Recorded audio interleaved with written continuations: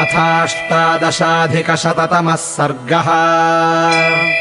एतच्छ्रुत्वा शुभम् वाक्यम् पितामहसमीरितम् अङ्केनादाय वैदेहीमुत्पपात विभावसुः। विधूयाथ चिताम् ताम् तु वैदेहीम् हव्यवाहनः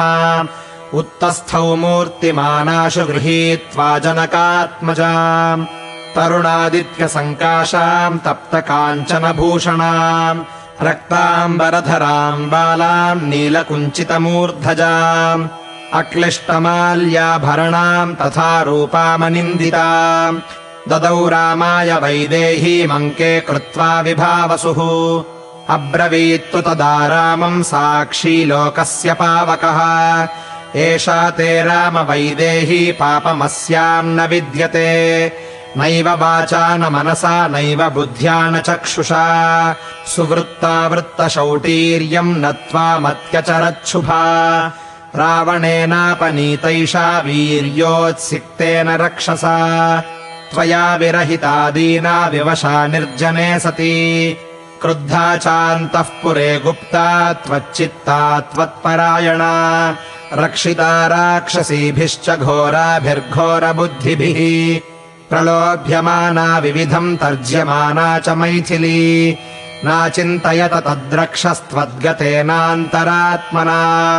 विशुद्धभावाम् निष्पापाम् प्रतिगृह्णीष्व मैथिलीम् न किञ्चिदभिधातव्या अहमाज्ञापयामि ते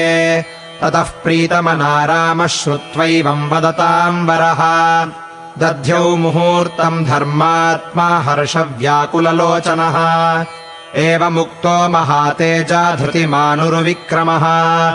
उवाच त्रिदशश्रेष्ठम् रामो धर्मभृताम् वरः अवश्यम् चापि लोकेषु सीता पावनमर्हति दीर्घकालोषिता हीयम् रावणान्तः पुरे शुभा बालिशो बत कामात्मा रामो दशरथात्मजः इति वक्ष्यति माम् लोको जानकीमविशोध्य हि अनन्यहृदयाम् सीताम् मच्चित्तपरिरक्षिणीम् अहमप्यवगच्छामि मैथिलीम् जनकात्मजाम्